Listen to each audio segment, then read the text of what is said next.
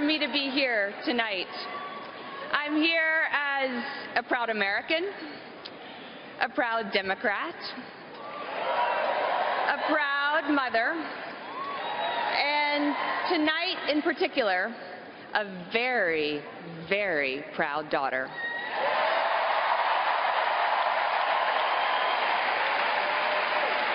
Mark and I can't quite believe it, but our daughter Charlotte is nearly 2 years old. She loves Elmo. She loves blueberries. And above all, she loves FaceTiming with Grandma. My mom can be about to walk on stage for a debate or a speech, and it just doesn't matter. She'll drop everything for a few minutes of blowing kisses and reading Chugga Chugga Choo Choo with her granddaughter. Oh, Chugga Chugga got an applause. Our son Aiden is 5.5 weeks old, and we are so thankful that he's healthy and thriving, and well, we're a little biased, but we think he's just about the cutest baby in the world. A view I'm pretty sure my mom shares. And every day that I spend as Charlotte and Aiden's mother, I think about my own mother. My wonderful, thoughtful, hilarious mother. My earliest memory is my mom picking me up after I'd fallen down, giving me a big hug, and reading me Goodnight Moon. From that moment to this one, every single memory I have of my mom is that regardless of what was happening in her life, she was always, always there for me. Every soccer game, every softball game, every piano recital, every dance recital, Sundays spent together at church and the local library, countless Saturdays spent finding shapes in the clouds, making up stories about what we would do if we ever met a triceratops. In my opinion, the friendliest looking dinosaurs. Although my mom would always remind me they were still dinosaurs. As a kid, I was pretty obsessed with dinosaurs. And the day that my parents took me to Dinosaur National Park, I didn't think life could get any better. Whenever my mom was away for work, which thankfully didn't happen very often, she left notes for me to open every day she was gone, all stacked neatly together in a special drawer with a date on the front of each one so I would know which note to open on which day. When she went to France to learn about their child care system, I remember one was all about the Eiffel Tower. Another was about the ideas she hoped to bring home to help the kids of Arkansas. I treasured each and every one of those notes. They were another reminder that I was always in her thoughts and in her heart. Growing up, conversations around the dinner table always started with what I learned in school that day. I remember one week talking incessantly about a book that had captured my imagination, A Wrinkle in Time. Only after my parents had listened to me would they then talk about what they were working on: education, healthcare, what was consuming their days and keeping them up at night. I loved that my parents expected me to have opinions and to be able to back them up with facts. I never once doubted that my parents cared about my thoughts and my ideas. And I always, always knew how deeply they loved me. That feeling of being valued and loved, that's what my mom wants for every child. It is the calling of her life.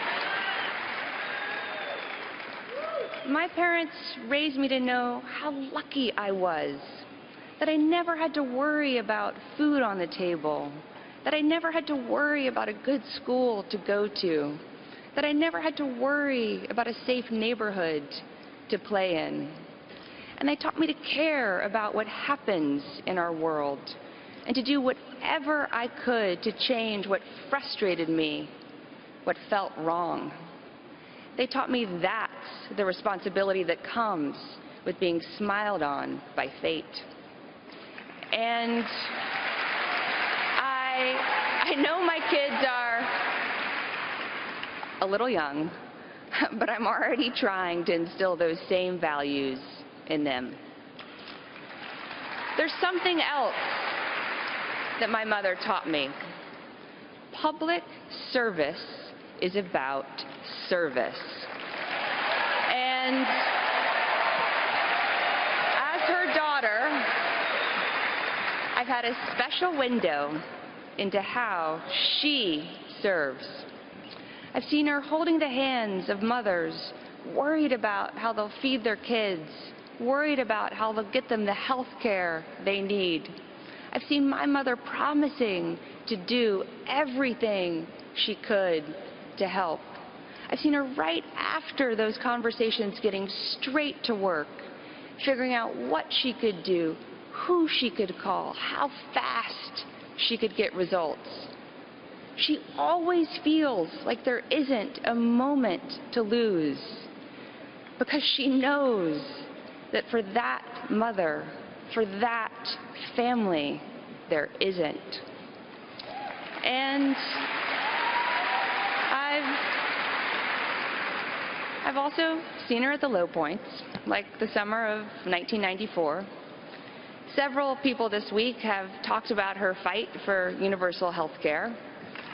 I saw it up close. It was bruising.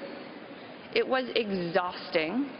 She fought her heart out, and as all of you know, she lost.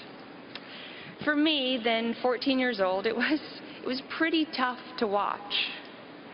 But my mom, she was amazing. She took a little time to replenish her spirits. Family movie nights definitely helped. Dad, as all of you now know, liked Police Academy. My mom and I loved Pride and Prejudice. And then she just got right back to work because she believed she could still make a difference for kids. People ask me all the time, how does she do it? How does she keep going amid the sound and the fury of politics? Here's how. It's because she never, ever forgets who she's fighting for.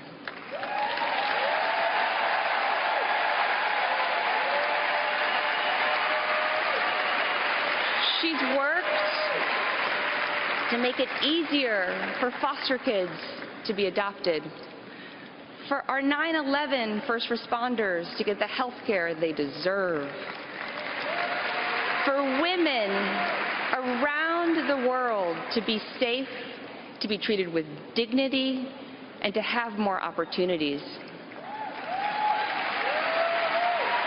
Fights like these, they're what keep my mother going. They grab her heart and her conscience, and they never, ever let go.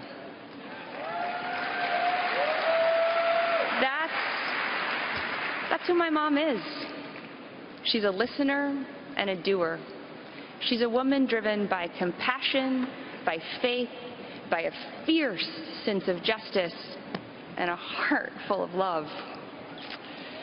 So, this November, I'm voting for a woman who is my role model as a mother and as an advocate.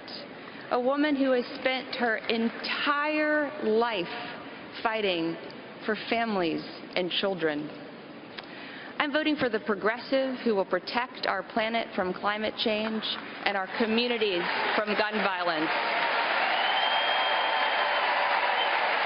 who will reform our criminal justice system, and who knows that women's rights are human rights, and who knows that LGBT rights are human rights here at home and around the world. I'm voting for a fighter who never, ever gives up, and who believes that we can always do better when we come together and we work together. I hope that my children will someday be as proud of me as I am of my mom. I am so grateful to be her daughter. I'm so grateful that she is Charlotte and Aiden's grandmother. She makes me proud every single day.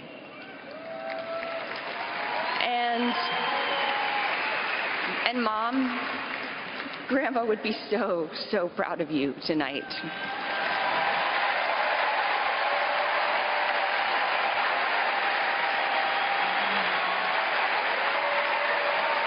To everyone watching here and at home, I know with all my heart that my mother will make us proud as our next president.